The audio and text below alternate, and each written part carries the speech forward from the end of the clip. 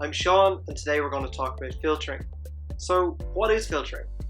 Filtering is the process of taking a subsection of your data for visualization and for data analysis.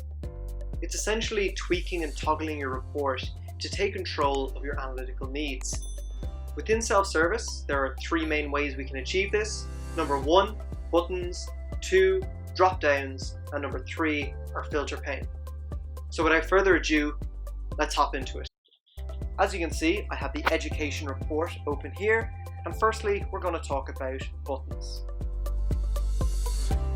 For buttons, as you can see, we can hover over them and click as we want. If I'm interested in, say, just one particular unit, I can click on that unit and my whole report filters down to just that. If I'm interested in maybe more than one unit, I can click on another and maybe another, and my whole report filters down. Next, we are going to talk about drop-downs. For drop-downs, we're going to use the education by month report. So, for drop-downs, as you can see, we have two options here. One for hospital, if I had multiple sites, they would all be here.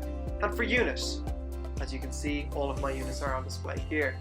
So, just like buttons, I will check the boxes that I want to display, and once those boxes have been checked, my report updates to just those units, and it's all filtered to that.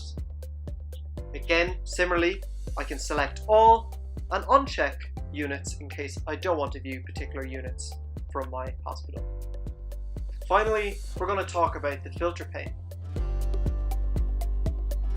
To access the filter pane, you simply click in the top right hand corner to expose it. Once exposed, we can see the elements that we can filter upon. Just to note, anything in the filter pane filters across all pages in our report. The first we have is our date, to which we have relative date, basic filtering, and advanced filtering. Below that we have our hospital, in case we have multiple sites. Below that we have our analytics subcategory. That's been filtering. We have our buttons, our drop-down menus, and our filter pane. Thanks for listening.